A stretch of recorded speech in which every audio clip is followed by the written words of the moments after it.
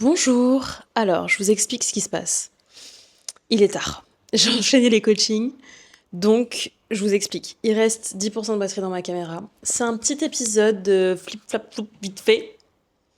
Mais en fait, je vous ai posé la question sur Instagram, est-ce que je vous mets le vlog de Saint-Tropez ou un nouvel épisode des soirées d'été d'après-minuit? Parce qu'en fait, je vous ai même pas accueilli, mais je suis une dingue en fait. Bonjour. Bonjour les amis, bienvenue dans ce nouvel épisode d'après-minuit. On est en ce moment en train de faire la série quotidienne du mois d'août qui s'appelle les soirées d'été. C'est un nouveau concept que j'ai fait cette année. Et donc aujourd'hui, on est à l'épisode numéro 13. Et je vous ai posé il y a quelques minutes la question sur Instagram de est-ce que je vous fais un épisode vraiment tchic-tchac-tchouk après ma journée? Ou est-ce que je vous poste le vlog de Saint-Tropez? Vous m'avez répondu le vlog de Saint-Tropez. But la réalité à propos de moi-même, c'est qu'en fait, je ne peux pas, enfin je peux, mais ça m'écorche, ça m'abîme, donc j'évite de le faire. Je ne peux pas ne pas tenir un engagement que j'ai pris avec moi-même. C'est simple. J'ai dit que je faisais un épisode par jour de podcast pendant tout le mois d'août. Pas de joker, pas de je remplace par un vlog. Donc en fait, samedi, vous aurez un épisode comme tous les jours, plus le vlog, vous aurez 2 vidéos samedi. C'est tout. Mais je fais quand même mon épisode de podcast aujourd'hui. Voilà, c'est comme ça que je suis câblée, c'est comme ça que je suis faite, c'est comme ça. Non, vous savez quoi? C'est comme ça que j'ai décidé d'être. Parce que j'étais pas câblée comme ça à la base, j'ai pas du tout été éduquée comme ça. Je vous en ai déjà parlé, mais moi j'ai été éduquée vraiment dans la liberté la plus totale, pour ne pas dire un peu l'inconscience de mes parents. Enfin, dans le sens où je pouvais faire vraiment ce que je veux, personne passait après moi. Mes parents, ils sont hyper bordéliques, vraiment. Voilà, ça part dans tous les sens, quoi. Et vers l'âge de 19 ans, j'ai pris la décision pour moi-même, mais vraiment par moi-même, que c'est pas comme ça que je voulais vivre, et que j'avais besoin de cadre, et que j'avais besoin de discipline. Et je me suis vraiment forcée à devenir cette personne-là. Et au final, à force de... Et c'est vraiment l'existentialisme de Sartre, hein, pour faire un petit rappel de philosophie. Mais tu deviens tes choix, en fait. Tu deviens tes actions. Et donc, à force d'opérer de cette manière, de faire ces choix-là et de gérer ma vie avec ce cadre-là, et bien, finalement, je suis incapable. Je suis incapable de poster ce putain de vlog de Saint-Tropez à la place de l'épisode. Non, j'ai dit que je ferais un épisode, je fais un épisode. Et vous savez quoi? Je me rends compte en faisant cette petite intro complètement bordélique et qui part dans tous les sens, qu'en fait c'est super lié à l'épisode, enfin au sujet que je voulais traiter en fait dans cet épisode, voilà, à la réflexion que j'ai, et c'est une réflexion que j'ai partagée hier à 2h du matin sur Instagram. Autant vous dire que mes stats de story sont pas ouf là, parce qu'à 2h du matin tout le monde dormait, mais bon, il y a quand même je crois 1500 personnes qui ont vu cette story. Mais de ça pour vous dire que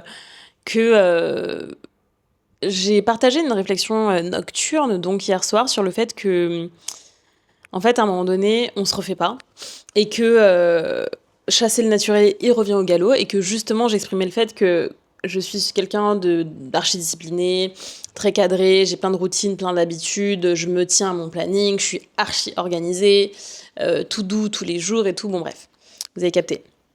Mais que en fait à un moment donné, ben, je suis un night owl, tu vois, c'est-à-dire que moi, mes élans créatifs, je les ai entre 23h et 2h du matin. Et donc hier, j'ai eu un élan, un pic de créativité énorme. Et donc je suis allée me coucher à 3h du matin, mais j'ai écrit, j'ai créé, j'ai retouché des images. Enfin, j'ai fait plein de choses créatives, mais j'ai surtout écrit, parce que bon, moi, la créativité passe par l'écrit souvent. J'ai écrit des carousels, j'ai écrit des textes, j'ai écrit des bouts de poèmes. Enfin, j'ai écrit plein de choses, quoi. Pour le taf, pour pas le taf, voilà. Et en fait, j'étais donc chez moi à la bougie en train d'écrire à 2h du matin dans un silence le plus total à Paris. Et j'étais en train de me dire, waouh, c'est fou parce qu'en fait, à force d'avoir développé dans nos sociétés un rapport à nous-mêmes qui est un rapport de performance, de productivité, d'optimisation et de contrôle, en fait, in fine, on se traite comme des machines. On se traite comme des putains de machines. Et après, on se demande pourquoi on n'y arrive plus. On se demande pourquoi on fait des burn-out. On se demande pourquoi on n'arrive plus à être dans le lien humain. On n'arrive plus à gérer les frictions. On se demande pourquoi il y a de plus en plus d'anxiété généralisée, d'anxiété sociale. On se demande pourquoi on sait même plus comment parler à son voisin quand on le croise dans l'ascenseur. Parce qu'en fait, on se traite comme des machines. Et qu'on se déshumanise. Putain de merde, on se déshumanise. Et en fait, ça c'est vrai dans à peu près tous les micro-chapitres de notre époque et de notre société. Donc ça se retrouve dans plein de sous-domaines. Le rapport à l'eau, ce que je vous disais, le rapport aux gens qui vivent à côté de nous, nos voisins. Mais aussi le rapport aux espaces, le rapport au temps et à l'organisation, comme je vous le disais, le rapport au contrôle. Évidemment, on veut tout contrôler. On veut contrôler notre sommeil, notre alimentation. On veut tout traquer, tout mesurer. Nos pas, nos heures, nos macros, nos humeurs. On traque tout, on contrôle tout, on maîtrise tout. On veut prendre des compléments alimentaires pour n'avoir aucun point mort, aucun angle mort, aucune carence. Bref, on est dans l'ère de l'optimisation. Et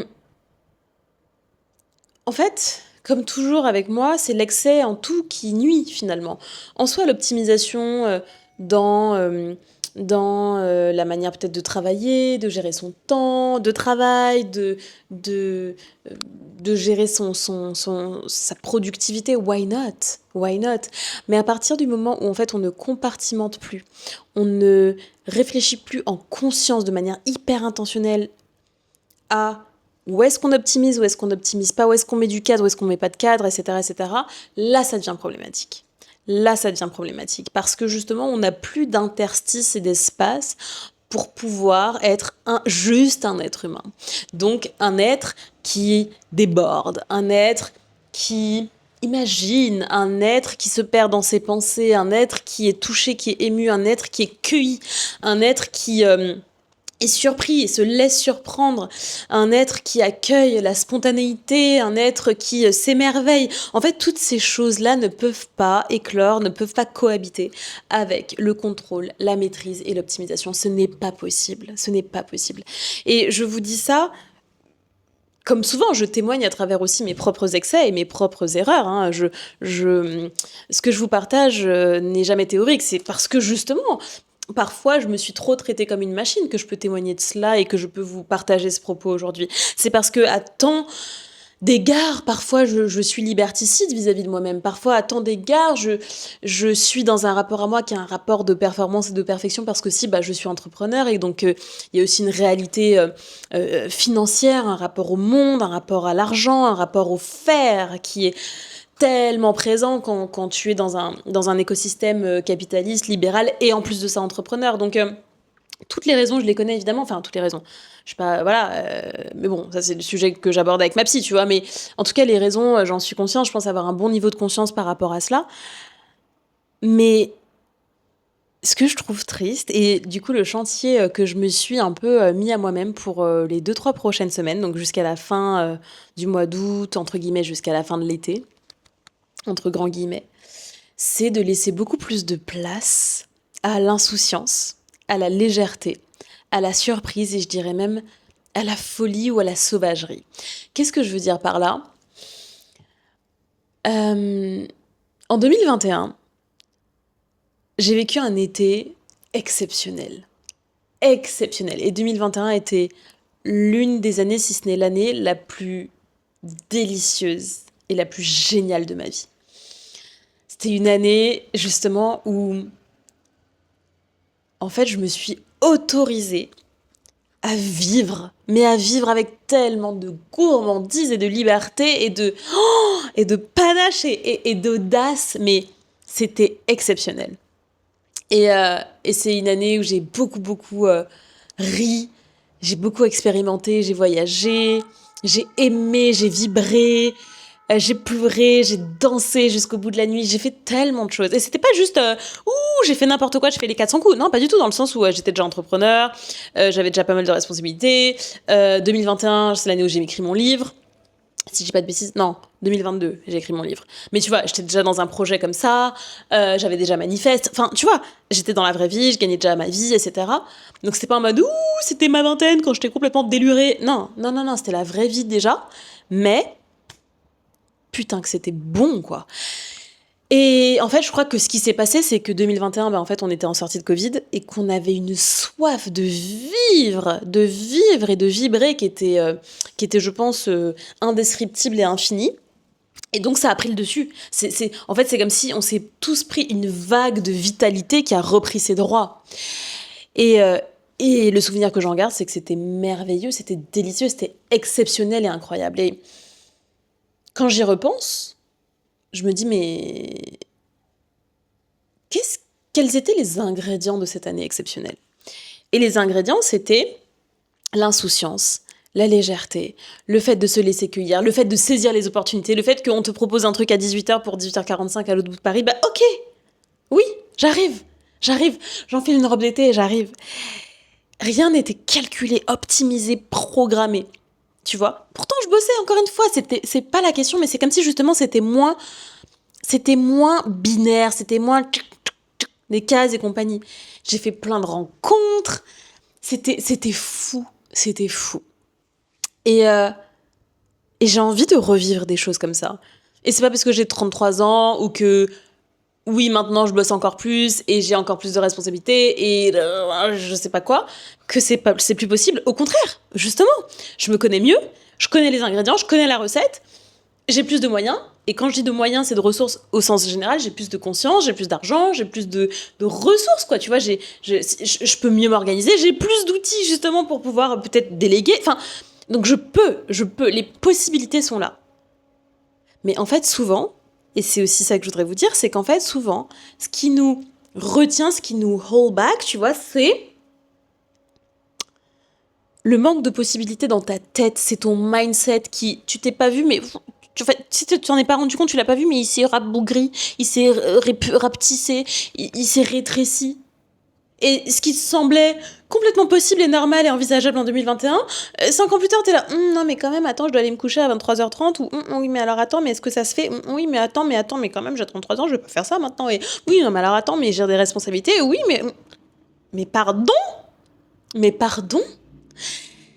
Et en fait, je sais même pas pourquoi je vous cite le truc de l'âge, hein, parce que moi, personnellement, j'ai aucun truc lié à l'âge, mais je pense que inconsciemment, je me mets un peu à la place des girls qui se disent non mais attends c'est plus de mon âge machin. Moi j'avoue j'ai pas trop ça parce que en fait moi j'ai un rapport à l'âge qui à 14 ans je vivais seule, à 30 ans j'ai vécu des trucs hyper durs que normalement tu vis beaucoup plus tard dans ta vie, et puis à 27 ans j'ai revendu une boîte, et puis à 30, enfin tu vois, j'ai tellement fait des choses improbables à des âges improbables, parfois avec un très haut niveau de responsabilité, parfois avec un très haut niveau d'insouciance, que bon maintenant ça veut plus rien dire pour moi. Mais je sais que c'est un sujet pour certaines, ou par exemple celles qui sont mamans et qui se disent non mais attends, mais là je suis maman, je peux pas, ceci, cela. Et en fait, je me rends compte à quel point parfois c'est vraiment notre esprit qui est encore plus limité que nos ressources ou nos moyens. Et, euh, et je pense que je me suis un petit peu rabougrie à ce niveau-là. C'est-à-dire que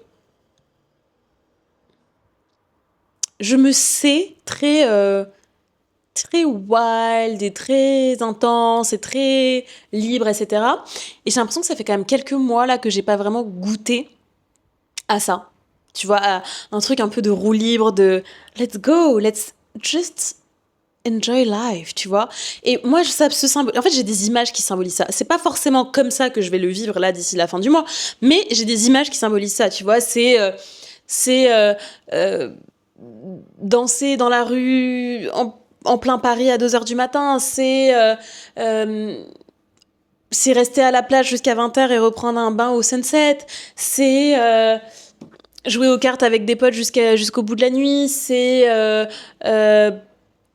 faire un truc sur un coup de tête un mardi après-midi. Bref, tu vois, ça peut ressembler à plein de choses. Ça peut être booker un billet de train ou un billet d'avion le matin pour le lendemain ou pour le soir. Tu vois, ça peut ressembler à plein de choses. Mais, en fait, la dernière fois que j'ai fait ça, c'était il y a au moins... où j'ai vraiment vécu cette insouciance-là, c'est un peu cette folie. Je pense que c'était au moins au début de l'année, quand je suis partie à New York. Et avant ça, c'était Bali. Mais tu vois, ça a été très ponctuel et limité. Et là, je ressens un besoin de renouer avec de l'insouciance, de la spontanéité juste. J'ai pas envie de faire des folies, enfin, je suis pas en train de vous dire « Ouh, j'ai envie de vivre une cinquième jeunesse ». Pas du tout. Vraiment, entendez le propos derrière le propos, hein. C'est beaucoup plus subtil que ça.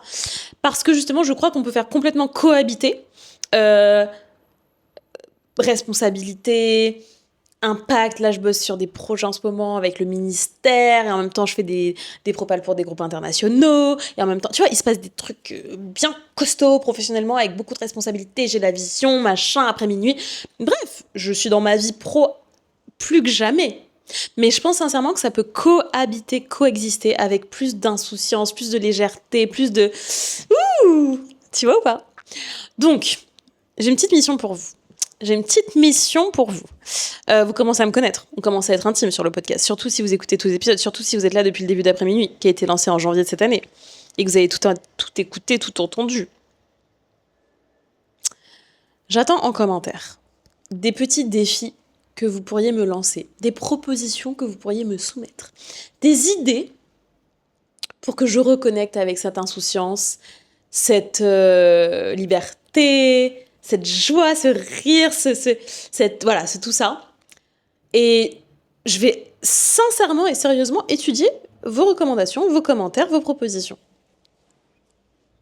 J'attends. Je vous attends en commentaire. Que vous soyez sur YouTube, que vous soyez sur Spotify, où que vous soyez, je lis tous les commentaires. Je vais vous lire. Dès demain. Donc, pour vous faire juste un petit peu un topo. Donc là, je suis à Paris. Je travaille. Mais bon, je m'organise, quoi. Tout est possible. Je vous écoute. Dites-moi. Quelles sont vos idées? Qu'est-ce que je pourrais implémenter d'ici la fin du mois d'août pour embrace ce truc-là? Et voilà. Qui propose quoi? Qu'est-ce qu'on fait en fait? Qu'est-ce qu'on fait? Je vous ai déjà mis dans la boucle avec moi, vous avez vu ou pas? Non mais voilà, j'ai envie de ça. Et encore une fois, c'est pas une histoire juste de faire des trucs de ouh, vas-y, prends un train ou prends un billet et casse-toi à l'autre bout du monde. C'est pas tellement ça dans l'absolu. C'est plus, encore une fois, accueillir la nouveauté, accueillir la spontanéité, accueillir l'insouciance. Et c'est évidemment à travers cet épisode et cette espèce de recette ou de... Comment je pourrais nommer ça? De prescription que je me fais à moi-même, je la fais indirectement à vous aussi. C'est en miroir, regardez-vous, questionnez-vous.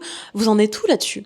C'est quand la dernière fois que vous avez vraiment laissé de la place à de l'insouciance, à de la légèreté, à de la spontanéité dans votre vie? C'est vraiment ça les 3 mots-clés. Insouciance, légèreté, spontanéité. C'était quand? Et ça ressemblait à quoi? Et ça avait quel goût? Parce que moi, putain de merde, 2021, c'était délicieux. Tu vois ou pas? Et la vraie grande période de ma vie où j'ai honoré ça, c'était il y a quand même 5 ans. Tu vois, j'ai eu des petits épisodes depuis, mais c'était il y a 5 ans. Et je repense à cette époque avec tellement de nostalgie, avec tellement de plaisir, de gratitude aussi, forcément. Mais je me dis que, en fait, ça peut se recréer à l'infini. Ça peut se recréer à l'infini parce que c'est avant tout un mindset. En fait, au-delà de trucs à faire, c'est pas juste une bucket list, tu vois, c'est un état d'esprit, c'est une philosophie, c'est un rapport au monde. C'est mindset. Et en fait, on se rend pas compte que les plus grandes limites, elles sont là, comme d'hab. Et guys, je suis vraiment bien placée pour vous le dire.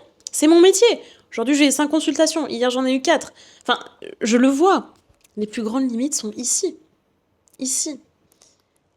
Et donc, c'est un peu ça, mon intention, là. Donc, je sais pas, je vais voir ce qui se passe. Déjà, là, ce soir, je vais aller faire du Vélib. Il fait beau, il fait doux, Paris est vide, c'est trop stylé en ce moment. Là, t'as la Golden Hour tous les soirs, c'est trop bien. Donc ce soir, je vais prendre un Vélib. Je vais rouler, je sais pas où, je vais aller peut-être vers les Tuileries, peut-être, I don't know, boire des verres, finir dans le Marais. Who knows? I don't know. But it's gonna be fun.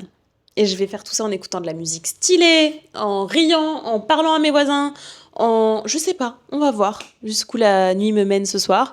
Là, on est jeudi soir et je crois que demain, j'ai pas de rendez-vous. Normalement, le vendredi, jamais de rendez-vous. Je suis en train de checker mon agenda. Vendredi 14 août. J'ai un rendez-vous à 11h. Mais c'est un petit call interne. Enfin, c'est pas un petit, il dure 1h30. Mais c'est un call interne. Voilà, avec ma business manager, bras droit. Mais 11h, c'est tard, donc peut-être que je vais finir à danser la salsa sur une table ce soir, on ne sait pas. Voilà, j'attends vos recos, je lis vos commentaires. Il me reste 5% de batterie, on est au top. Bisous, à demain pour une nouvelle soirée d'été.